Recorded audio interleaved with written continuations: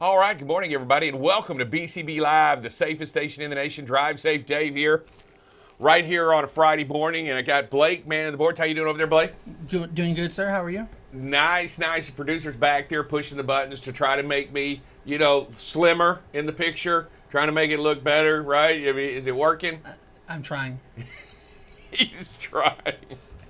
Yeah, it's going to be it. Everybody's trying to make me look a little bit slimmer, and we're not succeeding. All right, so Friday morning, got a lot going on this weekend coming up. I know that there's rain. We're getting some much needed rain in Texas. Wow, excited about it. Everyone's a little excited about it down this way. I've been starving for water. You've been starving for water in your yard and around there? Like, yes, absolutely. I just like watching the rain. I don't like driving in it, but no, I get it. I do. I'm tired of stepping in the cracks in the ground. The big long fissures, right. And my concrete the soil separating from my foundation kind of keeps me worried about what's going on. But much needed rain. We're excited about it. A lot of the country needs water right Absolutely. now, all over. I mean, the Mississippi's drying up. They're talking about. I saw a really good article yesterday, a really good story yesterday about the logistics on the waterways of the Mississippi and how they're having a hard time moving barges and product up and down the Mississippi. And that just means it's going to have to go on a truck. Oh, darn. And you know what? But it's a much needed waterway, and it just shows how needed we are of water in the entire Mississippi Valley. And if the river needs water, then the farmland around it absolutely also needs water. So Correct. And that is, they also were reporting something like 40% of the world eats food out of the Mississippi River Basin. 40% of the world eats food. Oh, wow. That's a pretty incredible number. That's an astronomical number. That is wild to know that is a much needed food supply. So we are watching that. We are hoping for rain in that needed valley, and it's going to take some. They need water out west. We need water here. I mean, everybody's needing a little bit of rain. Yes, sir. Also, hey, I'm kind of excited because tonight's the trunk or treat at our church. Okay, good. And I was volunteered to help with the parking, and now this just makes it easier for me. Wear a raincoat. Yeah. Just carry an umbrella. Do what I do. Just get a really big umbrella, and then stand there and just point where you want people to go. Exactly. My wife got me a poncho. I'm going to stand underneath the awning, and I'm just going to point. That's all you got to do. And make sure you wear your... So I'll tell you a real cool trick also is to take Scotch Guard, spray the bottom part of your jeans, like right down there, bottom part, right down by the legs, and that way your legs don't get wet. I'm not worried about that. I worked construction before I came here, so I'm not worried about that. I'll be wearing my boots tonight. Yeah, soldiers don't like their feet to get wet. I'm just telling you, and then stand around in wet boots. I can't do it. So I'm telling you, I'm going to stay right underneath the awning. Nope. Right over there. Well, I hope you have fun at the trunk or treat. Hope you have a blast. My kids will. The kids will have a blast. Yes. Yeah, good for them. And it's coming. I have a huge. Speaking of that, I actually have a large Frankenstein in my yard. I tell you that I have like a 10 foot. You did. I'm actually kind of jealous, to be honest. A 10-foot Frankenstein, and then we have a 20-foot snowman we do for Christmas. Oh, nice. No, it's huge. It's a monster. Yeah, it is the talk of the neighborhood. I tell If you you when want to get rid of it, let me know. Huh? If you ever want to get rid of it, let me know. My wife would shoot me. Yeah. All right. So here we go. Hey, there was a fascinating article the other day on root causes of driver dissatisfaction. Because, we've been talking a lot about driver retention, driver recruiting, and, driver shortages. There's all kinds of articles out right now. And going out there, they talk about some of the reasons why. They're also saying that driver shortage is at like 68,000 or 78,000, which is only 3,000 from last year, but still extremely high. Well, this is the driver shortage, and some of that goes to and points to driver dissatisfaction, because really, the best way to recruit is to retain, Right. and they're really talking about driver retention. And here's the numbers that show the driver shortages and how they've gone up all the way, and how they tend to start moving upward and upward and upward. and where they believe they will be in 2031. So here are some of the here's where we are, but this talks to directly to the driver's dissatisfaction and their desire. So I think what was really cool about this article is it actually went in and surveyed a lot of drivers, and it talked directly to what they want, what they didn't like, and what they need, and what those kinds of things, and what they felt like they weren't getting. And some of the things you would figure that what drivers want would be more pay, but really it wasn't about the pay in driving. It was about more along the lines, Blake. They were talking about the pay when they're not driving. When they're sitting and waiting. Yeah, when they have to be when they're waiting, and and not only that, there's other things that there's challenging, safe parking. They also like the respect is important. And not only respect for themselves, by other people and themselves. And let me tell you, it was a really interesting read. And this flow chart goes in through some of the things and why and what motivates. I'm telling you, it was a very interesting article. And it was very open and honest. It wasn't blaming anything or pointing fingers at anybody. It just delved into the desires and wants of the drivers that it surveyed. Very interesting. And very, and you'd think for a minute, a lot of it, one of the challenging things about the job condition, and when we talked about it, and we all know it's isolation, because drivers work typically alone, right. On a regular basis. They do talk to people by phone, but more than likely, or they talk when they get out of the truck, but most of their job while driving is done by themselves. Right. So, and it's a pretty interesting model. And I think by the end of the article, it was fascinating about just exactly the mindset, how it delves into depression and these things that can affect drivers long term, and health concerns and stuff like that, which was absolutely fascinating. Great read. I hope you have a chance. If y'all get a chance to look it up, it was a fun article to go into and read about. All right, I'll tell you what. We're going to take a quick break. When we come back, we've got a fantastic panel coming in. We actually have one that carries a gun, and then the other two are just as smart as it can be. So we will come right back and talk to everyone exactly about trucking in reasons why trucks get out of service. We'll be back in just a second.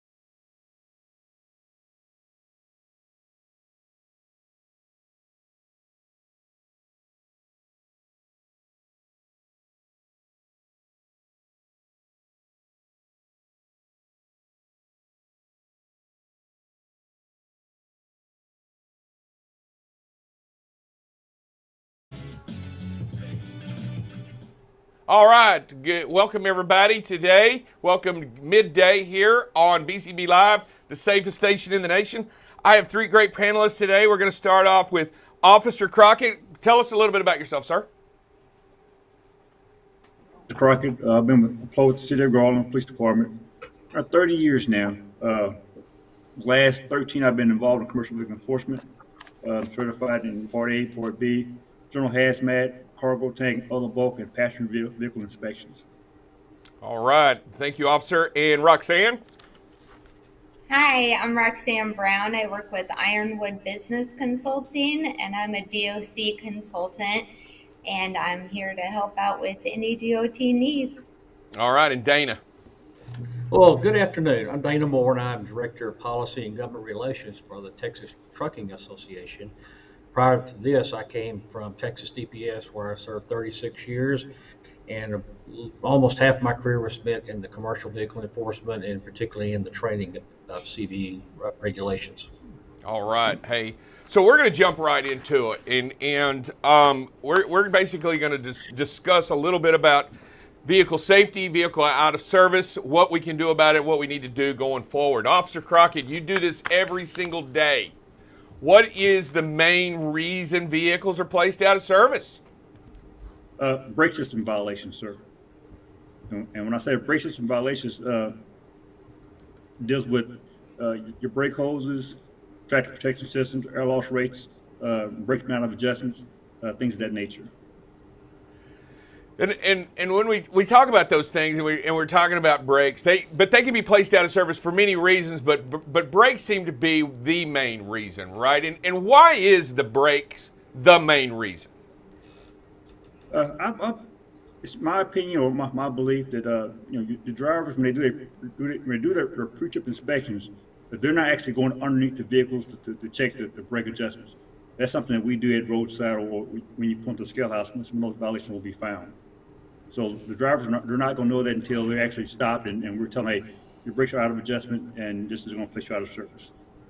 I got you. And Roxanne, when you are a DOT consultant and you're talking to your carriers and you're going in there, do you talk to them right off the bat about how important in all these DOT violations, how they can add up to their score, and because it's important, right? Absolutely. One of the very first things I like to do is pull their CSA and go through all their violations with them. And then I like to really point out to them that we need to use this information, and you can look for things on both sides, from the carrier side and the driver side. If you have a driver, that's constantly getting the same violations over and over, and it's something that they should be catching on their pre-trip, post-trip inspections, then you need to bring that driver in, have a discussion with them. Are you not trained? Do you have questions? Are you not understanding how to do it? Find out what that problem is, because so many of them can be preventative. And then on the other hand, if there's multiple drivers getting these types of violations, then maybe you need to ask yourself the hard question: am I giving my drivers all the tools they need? Maybe I need to reevaluate my training program. Am I giving them the proper time that they need to be able to complete their inspections and not feel rushed? So it's definitely a very important tool. Dana, I'm gonna jump right in here also with you, the Texas Trucking Association. Look, all of the thousands of trucks that were stopped during the last brake check, I think 20% or somewhere close to 20% of the vehicles were in some ways placed out of service. What are we doing as an association to better that, make that a little bit better, or understanding why? Well, I will tell you, and this is something that here at TXTA we've been really supporting and pushing. And if you look at the violations, take a particular company, you look at their violations, and then you actually look at whether or not those drivers are doing a pre-trip and doing a post-trip. And I'm not talking about just going through the motions. I'm talking about actually doing it. If those pre-trips and post-trips were done properly, how many of those violations would never have occurred? And we believe it's going to be a considerable amount. Now, sometimes it's important to get these drivers on the program, so to speak. And what we've recommended is that not just a safety person, but maybe even the CEO, the president, the vice president, come out there at 6 o'clock in the morning with a pair of gloves and a flashlight and start helping the drivers check those vehicles. Be there in the afternoon when they come in. Help them again do it. That sends a message that the company is clearly behind safety. Well, that's a great idea. And Officer Crockett, let me ask you a question. When you actually and you meet and talk to drivers every single day, How often do you find that they were just not knowledgeable enough in the violations that you're finding? It's often. A lot of them, they know uh, what to look for. Some drivers don't know. And it's at that time at roadside, we take the opportunity to walk them around the truck and tell you, this is what need to be looking for when you're doing your pre-trip and post-trip inspections.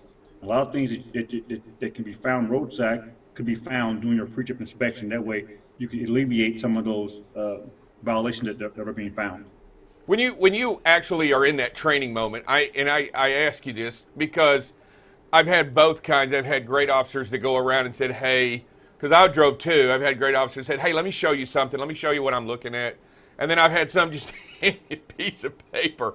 But I get it. It's the job, and it's my responsibility. But at the same time, how often do you find that the driver wants to hear, wants to know, really is interested in understanding what it is you're doing? A driver who loves his job, who's a true professional, when you offer that opportunity, they jump on it, at the drop of a dime. So, those guys who actually want to do the job right and doing it safely, they welcome that training. Yeah, I agree. I think that whenever I had somebody go, "Hey, come here, get down here, let me show you something," boy, I was always interested to know as well. And I'm sure most of the drivers out there, Roxanne, when you're talking to, just like what Dana was talking about, when you're talking to the management of the company and you're talking about the training part, what is it they don't typically understand, or that you seem to not get when you're talking to them about this kind of stuff? It's always different. It varies. I have seen several clients that they're like, oh, they're professional drivers. They don't really need training, or they know how to do a proper pre-trip, post-trip. So I think it's really just having that conversation and really just doing the classroom training, teaching them, going out there, doing the hands-on the right way. Don't assume, no matter how long they've had their CDL, that they know how to do all these things. And then I always recommend to my clients on top of that is to, have the North America out of service book available to your drivers. Keep it in your, if you have a place in your office or a break room or whatever, but have that available to them. It's a great resource for them. It has pictures if they have other questions. And it's really just about making sure that when you get these violations, are you having a conversation with them? Or are you just looking and saying, oh, okay, I'm paying it? Are you conversating with them and saying, did you check this? Do you understand why you got it? And it's really about communication, honestly. Yeah, I agree. Especially when you talk directly to them, Dana. When we're talking about the truck, the carriers, don't you believe, or expound on the belief that maybe it's important that the carriers, when they get drivers, they set a policy or a procedure in place in order to ensure that they're doing a pre-trip the exact same way all the time? Absolutely. Now, carrier needs to be very careful with setting a policy, simply because in lawsuits, the plaintiff's attorneys will look to see whether or not that policy is being enforced like it's supposed to. But yes, I think it's extremely important that a carrier actually provide the training and be satisfied that that driver is equipped and ready to do the job. Do you have officer, when you're talking to the drivers and when you're discussing to them about the violation, and do they understand the true severity of what it is when you write them up, and that the points not only affect them but it affects the carrier, and it all of these other things that go along with it? Do you ever get that they're not sure? Or I guess what I'm asking you is, when you're dealing with the driver right there, do they ever fully understand the full impact of what you're doing? Some do, some don't. That's when you have to take time, to slow down and they try to explain to them, this is the violation, this is why it's a violation, and this is what you need to do to have this violation corrected or fixed. Did you also, when you're talking to them, how do they typically, drivers? And I'm just going to ask you right out: according to, besides the general public, drivers are a lot different that you deal with, right, officer? I mean, they're a whole lot different than the four-wheeler that you stop for a violation. Do you typically, would you not admit that they're actually a little bit different than the four-wheeler that you stop? Yes, sir. The majority of guff I get will be from four wheelers. Like I said before, like your professional driver, truck driver, they are professional.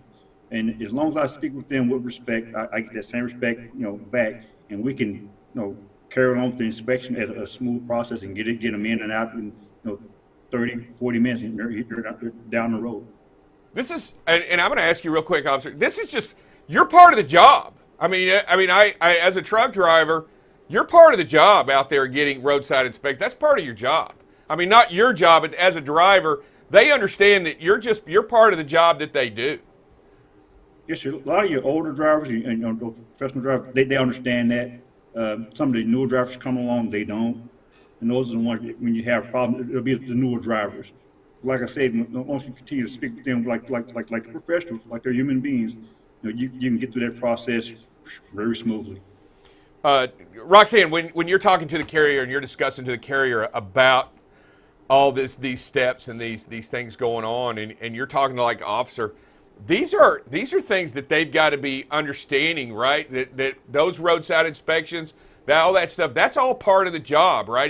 Do you ever find yourself explaining to upper management that what the officers do is not something they hide from, but that's just part of what we do out there? Yes, absolutely. And, and that's why I always try to point out to them that when you get a violation, and obviously nobody's happy and wants to get them, right? But when you do, it's a training and a learning opportunity. And you need to build off of that, not just, it's a negative thing or just pay it and toss it aside. It's a learning, and you need to really focus on that. And, and that's also why I tell them too, when you're doing your training, it's not only important to train the drivers on how to actually do a pre-trip, post-trip inspection, but in that training, we need to make sure they know what to expect when they get stopped for an inspection. How do they speak and treat? You need to set that as a standard for them at the beginning. When an officer approaches your vehicle, you are polite, you cooperate, you do what you need to do, you ask questions, answer questions. And it's just the whole thing that has to come together, not just the pre-trip, post-trip inspections, but they also need to be trained on what to expect and what the company's expectation for them to behave as a professional driver is from the very beginning.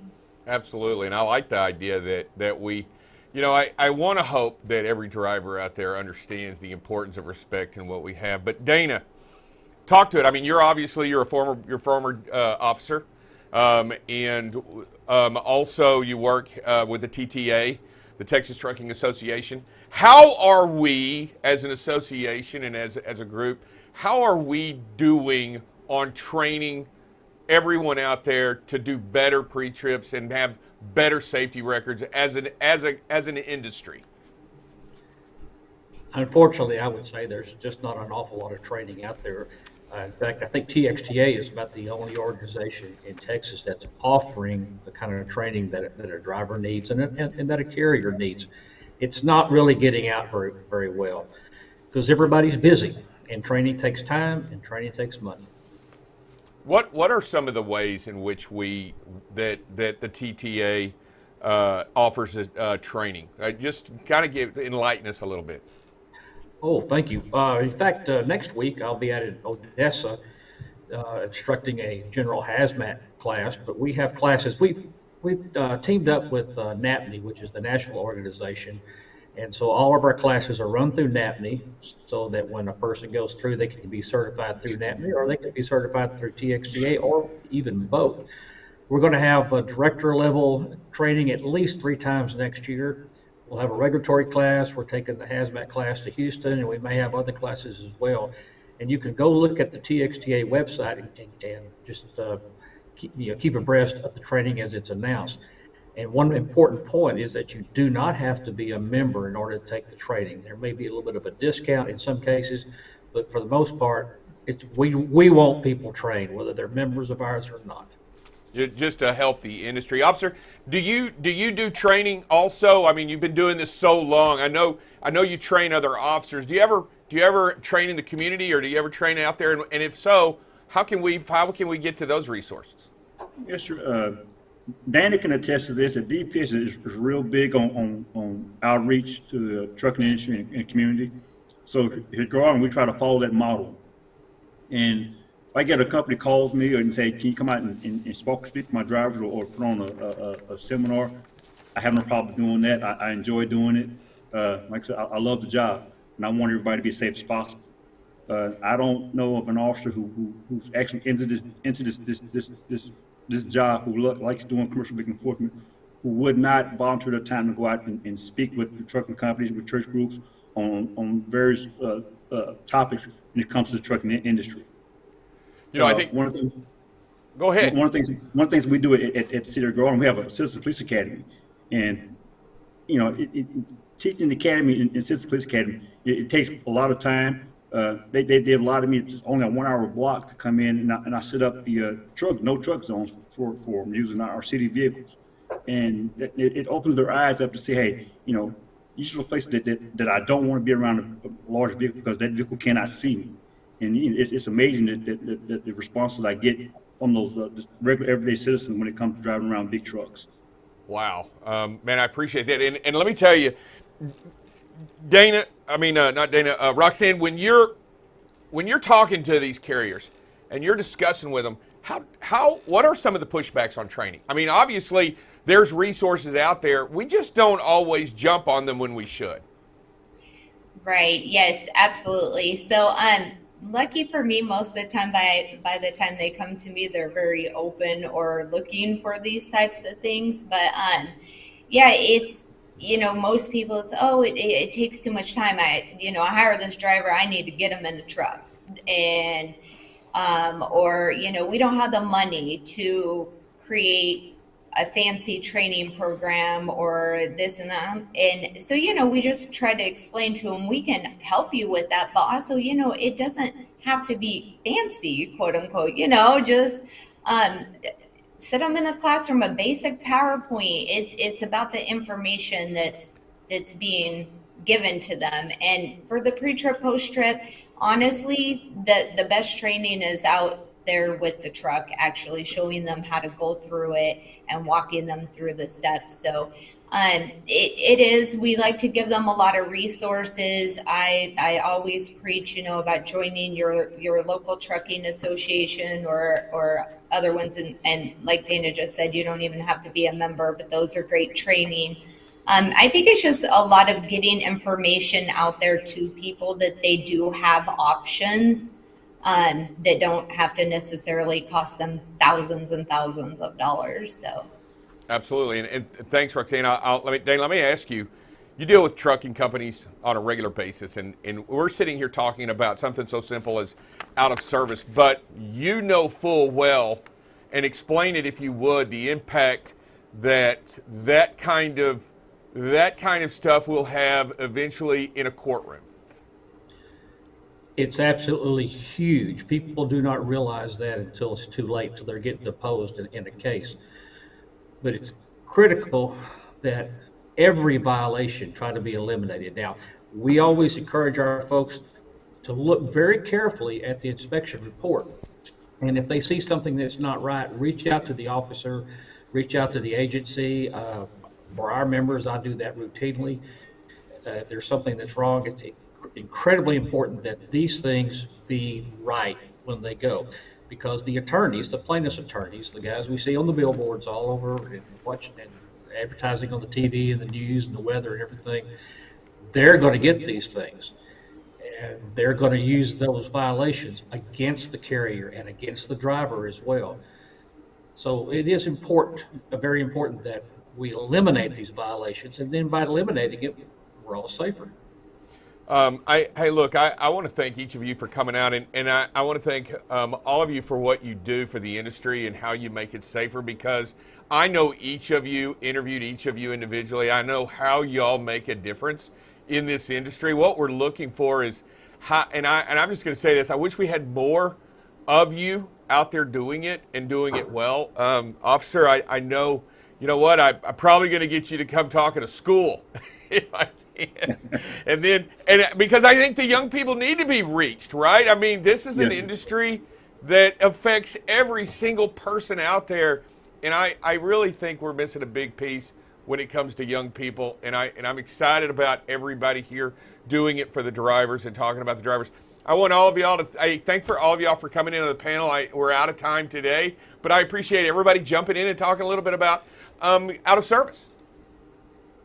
Thank you Thank for you, sir. having us. Thank you so much. I appreciate it. All right, thanks guys. Appreciate it. Bye. Bye. Hey, you know, it is something that we could probably talk on a long time about with everybody here in the panel. And I'm going to tell you, you know, we bring some of the panels together and we discuss it, and we brought a pretty broad range there. And I'm going to tell you, it is something that we've got to find better, because it begins before you hit the road. The process begins before you get out there. And that's doing the pre-trip and understanding what you're looking for and knowing how to do it. Arm your driver. Arm the driver with the knowledge as the expert out there before they get behind the wheel.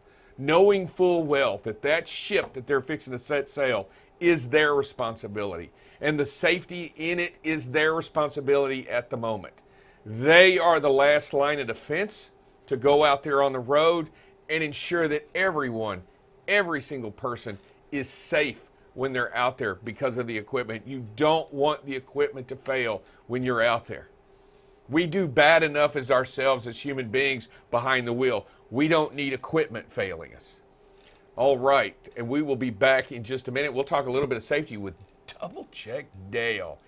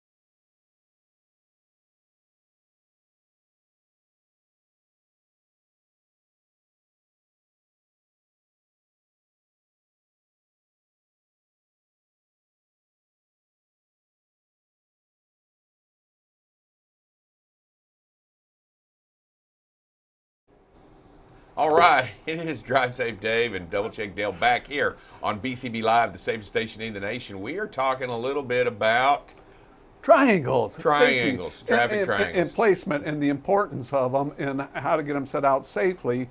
And so today we're going to talk about it. And I, you know, somebody asked me the other day, goes, how can you talk about triangles all week and placement and all that all week? And I'm saying, have you ever been on the road? Because every one of them I see out there isn't done right. Boy, howdy, just trying to. Every one of them that I drive by, I just look by and go, oh man, I got to pull over and tell them how to do it. And then I want to get out and just place them right. Yeah. I mean, I just want to run over there and just start placing them right because they're not done right. No, but if you do, turn your four-way flashers on. Put your safety plates on, okay? Thanks. Yeah, then I get into it. Yeah, I know. And then you got that whole running thing, and then I just get all, I'm okay. Yeah, Walk with a purpose. so they were talking about on a curve or on a corner, around a corner or over the top of a hill. And the basic tenet is about these safety triangles, it's communicating with other traffic out there that there's a disabled vehicle. So if you're going on a one-way road and your vehicle's over the top of the hill, first one is 10 foot back from the vehicle, the next one is 100 to 500 feet back, just to give them that notice. And the same time it goes for the curve. So if you're in a curve, you just want to make sure that you're giving them plenty of advance notice. Hey, when we go around this corner or when we go over top this hill, there's a broke down vehicle, so be aware of that. So that's where you place those triangles out again, 10 feet and anywhere from 100 to 500 feet with that second one. Yeah, they try to leave that in a broad segmented because you don't know exactly where your placement on the hill or the curve is. And they want you to understand, we want you to be able to see far back enough that there is something going on. So you can actually use on a one-way road or on a deal on a curve or a hill, you can place all three triangles back there. Yeah. But you want to scatter them enough that the person approaching the hill that can't see the vehicle knows that the vehicle's there. Yeah. Yeah, gives them that warning, communicates with others that something's going on ahead, and that's what they're really designed for. Hey, remember, do it safely. We had a driver call in and say, hey, you know what? When you're setting them out, don't lose track of the traffic that's going by. Don't take your eyes off that. Be aware of that situational awareness so, once in a while they aren't paying attention so you don't get in harm's way. Yeah, we've been talking about it all week. Remember, you have only 10 minutes to get out there and place the triangles. Always place your four-ways in operating. Always operate your four-way signals while you're out placing them and while your triangles are out. Make sure that you want to communicate early because right now we want to make sure that we let everybody know that we're broke down and that we want you to get home safe. We want others to get home safe. That is correct. All right, let's talk a little bit about this interesting sign that we've got. Let's look at that.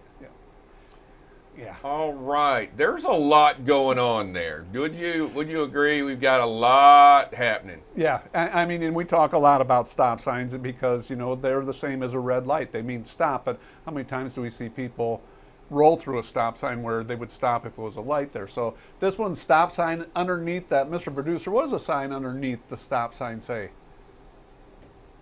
Speed limit 9.5. No. Oh, the red one? Really? You gotta stop. Really, you got to stop. Yeah. I mean, and I'll tell you, there's a lot here. Really, you got to stop. And underneath that, it's got the speed limit 9.5. And I've seen this out there a lot. This isn't something that's uncommon. What it tells the brain is that we want you to go under 10. Not 10, but under 10. Yeah. And a lot of the times people will see a 10-mile-an-hour speed limit sign and do 20. Yeah, because what the heck, I'm safe at this. Yeah, it's 10, right? And I know I got a little cushion. But our brain tells us when it's 9.5. Oh, we gotta slow down. I gotta be under 10. I gotta be under 10. Yep.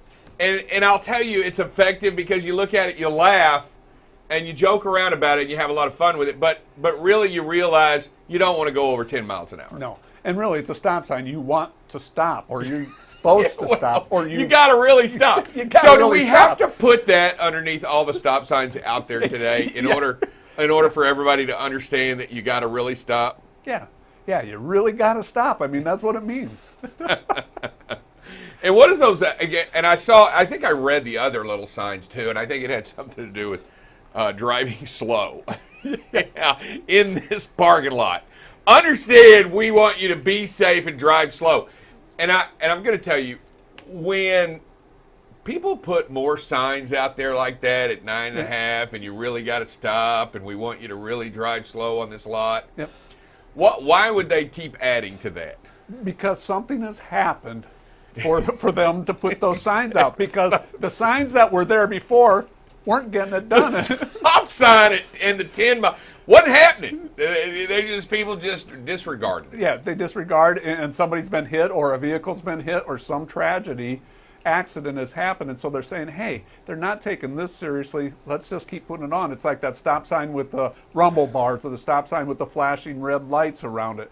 People aren't taking it serious. They want you to be aware of it. They want you to obey it. Yeah, we deal a lot with signage here, don't we? We do.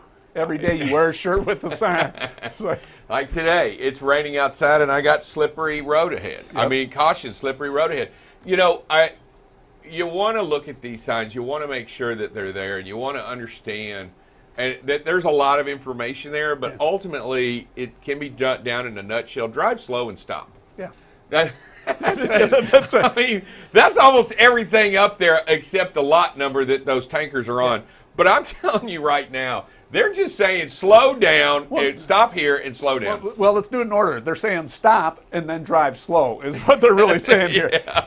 And whether it's a private lot or if it's public, the sign is there. You have to obey it. It's there for a reason. It's to protect your life. It's to protect your and others around you. Yeah, and I'll tell you, it's a lot of fun to understand what signs mean. I mean, and if you don't, I find that a lot of people, that when they don't know what they mean, they ignore them. Yeah. Because I don't know what it means, Yeah. and I just and by the way, they don't go to look it up. Yeah. They don't wait till later. Oh, that was interesting. I didn't know that sign before. I have no idea what it meant.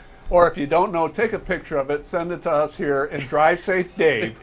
We'll pull his sign Bible out, and I'll tell you what it means. There you go. There you go. Because I actually have one of those. I ordered it. What? My You- favorite. I know you do. I've snuck in your office at night and looked at it, Dave. But I do have a signed Bible.